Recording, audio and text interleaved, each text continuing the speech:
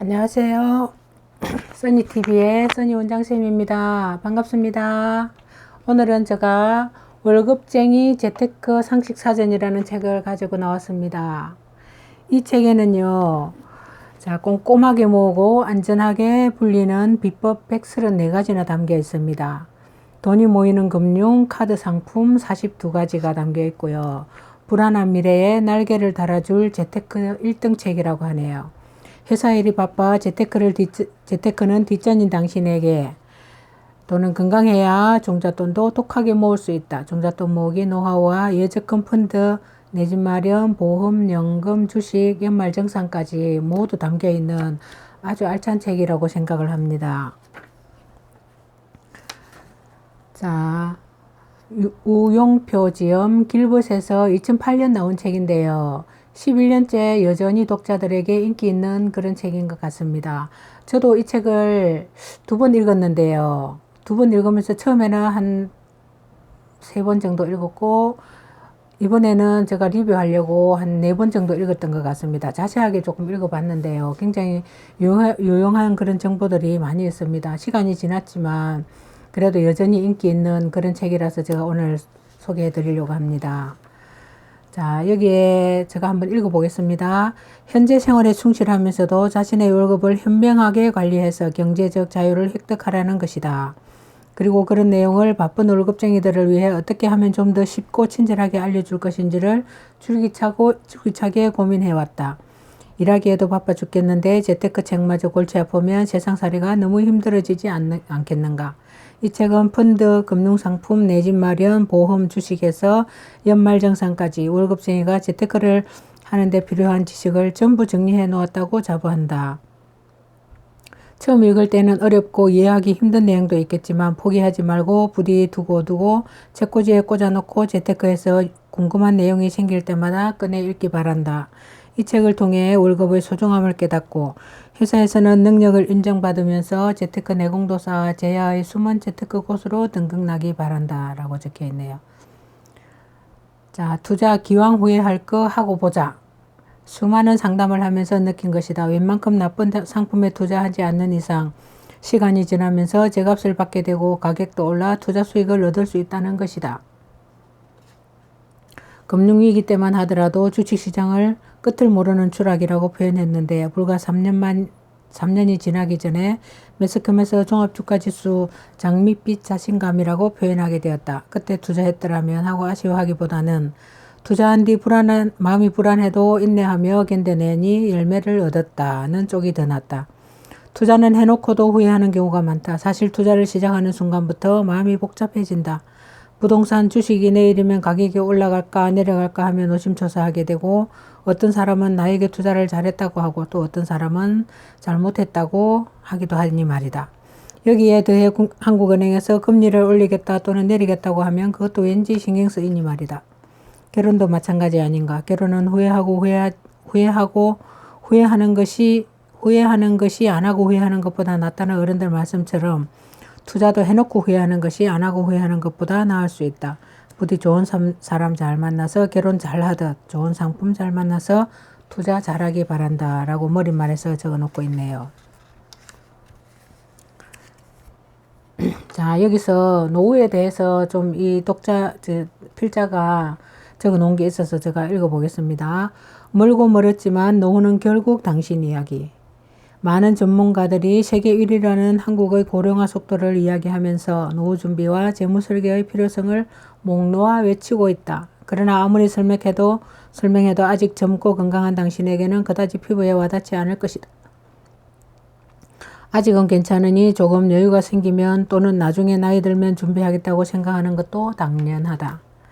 나중 문제로만 느끼는 빠른 고령화 속도, 노인 인구 비율의 증가, 저출산 문제 등 이러한 것들을 피부로 느낄 장소가 있으니 바로 지하철이다. 지하철을 타보면 왜 그렇게 자리를 양보해드려야 하는 나이 드신 분들이 많은지.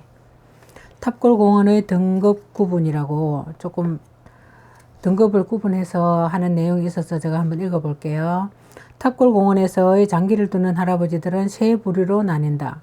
천원 내기 장기를 두는 형편 좋은 A급 할아버지, 옆에서 구경만 하는 그나마 형편이 중간인 B급 할아버지, 마지막으로 누군가 이기면 돈을 받아서 대신 커피를 뽑아오는 형편 어려운 C급 할아버지. 나이를 먹는 것은 피할 수 없는 숙명이다. 그러나 젊었을 때 어떻게 준비했는지에 따라 나이 들었을 때 어떠한 생활을 할지가 결정된다. C급 할아버지보다는 A급 할아버지가 되고 싶고 탁골 공원에서 장기 둘 시간에 해외여행을 가는 특 A급 노인이 되고 싶을 것이다. 괜히 술 취해 사유가 어떻고 여자 젊은이들이 어떻고 하는 푸념만 늘어놓는 노후를 맞지 않기를 진심으로 바란다. 재무설계는 다가올 인생의 여러 단계를 준비하는 작업이며 결국에는 당신이 은퇴했을 때의 모습을 위한 준비인 것이다. 자, 재무설계의 지금이 적기이다. 재무설계의 복잡한 일이 아니다. 조금씩 준비하고 계획했어. 소득 없는 30년 노후 생활 동안 돈 때문에 자식한테 아쉬운 소리 않도록 만드는 것이 인생의 재무설계다. 나이 들어 돈이 없어서 친구를 만나러 나갈까 말까 고민하지 않아도 되고 젊은 사람 눈치 보며 무임승차하는 지하철이 아니라 당당하게 내 돈 내고 택시 타고 다니도록 만드는 것이 재무설계다라고 하네요. 그리고 재무설계의 가장 좋은 시작점이 바로 지금이다. 하늘에서 돈 뭉치가 떨어지지 않는 한 당신이 받을 월급은 일정하게 유지된다. 그러니 지금의 급여로 당신이 앞으로 경험할 인생의 여러 단계를 준비해야 하는 것이다. 결혼, 주택 마련, 자녀 교육, 그리고 은퇴 후 노후 자금과 혹시 발생할지 모르는 병원비, 이런 것들을 모두 당신이 빤한 월급으로 해결해야 한다. 따라서 첫 월급은 이제부터 그 돈으로 모든 준비를 시작하라는 의미로 이해해야 한다. 자, 다음은 우리보다 20년이나 앞서 있는 미국의 상황을 말해주는 것이다. 20년 후 우리의 모습을 생각하면서 천천히 읽어보자. 자, 우리가 65세가 되었을 때 54%는 완전 무일푼이고 36%는 이미 사망했으며 5%는 아직 일을 해야 하고 4%는 여유 있게 살고 1%는 매우 풍요롭게 살게 됩니다. 자, 굉장히 의미 있는 말이죠. 우리가 65세가 되었을 때 54%는 완전 무일푼, 36%는 사망했고 5%는 아직 일을 해야 하고 4%는 여유 있게 살고 1%만 풍요롭게 살 수 있다고 합니다. 자, 요새 세태를 조금 풍자한 이야기가 있어서 제가 한번 읽어볼게요. 요새는 시대가 변해서 월급을 받아도 그다지 실감이 나지 않다. 월급이 은행에 등록된 월급이체 통장에 온라인으로 송금되니까 내 손안에 뭔가 들어오는 느낌이 줄어든다. 대신 입사하자마자 만든 빳빳한 신용카드를 그동안 미루어 놓은 각종 모임에 나가 취업 성공 기분을 팍팍 내게 된다. 그리고 기분을 낸 만큼 쌓인 카드 빚을 다음 달 월급으로 갚고 또 기분 내고 카드 빚을 갚는 악순환이 계속된다. 그리고 나서는 그동안 카드 빚의 노예였다 고백하면서 재테크를 하겠다고 결심하는 것이다. 성공하면 그나마 다행이지만 그렇다고 해서 그동안 소비 패턴과 체면상 씀씀이가 줄어들 가능성은 거의 없다. 한번 소비가 커지면 자신의 어디에 돈을 썼는지도 모를 정도로 소비를 하게 된다. 그래서 처음부터 관리하는 습관이 필요하다. 자, 원천징수가 빠져나가기 전 월급을 세전 월급이라고 하고요. 빠져나간 후 월급을 세후 월급이라고 합니다.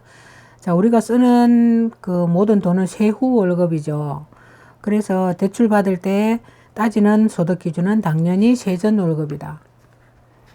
자, 우리가 그 첫 번째 범인이 그렇게 빠져나가는, 그러니까 세금에서 빠져나가는 제일 큰 돈이 국민연금, 건강보험, 장기요양보험료, 고용보험, 그리고 소비세, 연말정산, 소득세 이렇게 있습니다. 그렇게 있고 연말정산 때 조금 돌려받는 것도 있죠. 자, 연봉계약서에서 10%는 당신의 돈이 아니다. 내가 회사와 계약한 연봉 중에서 10%는 당분간 내 것이 아니다. 너무 아쉬워하지는 말자. 은퇴 이후에 국민연금 아플 때는 건강보험, 누군가가 수발이 필요할 때는 요양보험, 실직하면 실업급여를 통해 그 혜택을 누릴 수 있으니까 말이다. 물론 국민연금을 제외하고는 다른 혜택은 가급적 안 받을수록 좋다라고 하네요. 자, 월급 명세서를 이렇게 종목으로 해서 이렇게 나와 있습니다. 건강보험, 국민연금 이렇게 쭉쭉 나와 있는데요. 이거를 가지고 이제 소비 패턴을 조금 알 수 있다고 합니다. 그 나가는 그 여기서 나가는 부분은 세금이기 때문에 어찌할 수 없지만 나머지 부분들은 좀 꼼꼼하게 하나하나 챙겨볼 필요가 있는 것 같습니다. 자, 지금은 마이너스 금리 시대죠. 그게 지금 현실로 되어 있다고 합니다. 제로 금리만 해도 암담했는데 진짜 마이너스 금리 시대가 온 것이다. 마이너스 금리는 고객이 은행 예금이라는 안전자산에 돈을 맡기는 대가로 거꾸로 비용을 지불해야 하는 시스템이다. 개인 기업들이 저축과 채권을 돈을 쌓아두지 않고 위험자산에 투자하거나 지출을 늘리게 만들어 경기 활성화를 목표로 하는 정책으로 아직 우리나라에서는 도입되지 않았으나 일본과 유럽에서는 이미 시행 중이다. 우리나라에서도 그리 먼 미래는 아닐 것이다. 라고 하네요. 자, 과거 저축의 시대에는 돈을 은행에 넣어두는 것이 최고였죠.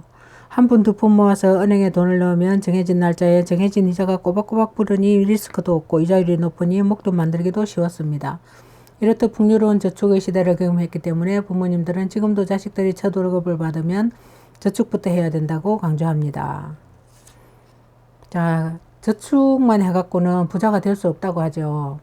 저축을 해서 종잣돈을 마련하면은 그 돈으로 투자를 해야 한다고 합니다. 투자도 뭐 여러 가지 부동산, 뭐 주식 여러 가지가 있죠. 그래서 저희들이 공부를 해야 하는 것 같아요. 자, 은행 이자가 낮아지고 주식 펀드가 수익을 내기 시작하면서 2000년대 중반에는 적립식 펀드가 든든한 재테크 수단으로 등극했었다. 은행하고만 그래 하던 사람들도 증권사에 가보는 등 돈을 불리는 데 관심을 가지게 되었다. 그러나 2008년 글로벌 금융위기로 큰 돈을 날린 후 주식과 펀드에 눈길도 주지 않는 사람들이 생겨났다고 하네요. 자, 지금 당신이 30세로 60세에 은퇴해서 80세까지 산다고 가정해보자. 당신은 일하는 30년 동안 360번의 월급을 받고 80세까지 240개월은 월급 없이 손가락만 빨게 된다. 더 가혹한 것은 60세까지 일할 수 있는 직종과 그때까지 버틸 능력을 가진 사람은 정말 많지 않고 당신의 수명은 80세가 아니라 100세가 될 수 있다는 점이다. 정말 끔찍하죠. 그래서 요즘 사람들이 노후 대비하는 것 같습니다. 자, 월급쟁이 시절의 끝을 대비하라. 현실적으로 은행에 저축하는 것만으로는 더 이상 부를 만들어 나갈 수가 없다. 대략 360번의 월급을 받고 60세 이후를 대비해야 하는 현실에서 대박을 노리고 주식 투자에 일을 올리는 것도 바람직하지 못하지만 오로지 예금 통장만 보면서 뿌듯해하는 것도 바람직하지 않다. 가련하다. 월급쟁이들이여 경육무와 상사에 시달리는 것만으로도 피곤한데 머리 싸매고 재테크 공부도 열심히 해야 하느니 말이다. 자, 모든 투자는 100% 본인 책임을 지는 거죠. 그래서 자, 이번 시간에는 이렇게 1부를 마치고요. 그 다음 2부에서 종잣돈 모으기라든지 뭐 여러 가지 노하우들, 월급으로 뭐 1억 만드는 법이라든지 이렇게 분산 투자하는 법이라든지 뭐 스마트폰으로 재테크 하는 법이라든지 이런 방법들을 제가 알려드리겠습니다. 1부를 마치겠습니다. 함께 해주신 여러분 감사합니다. 다음에 또 만나겠습니다.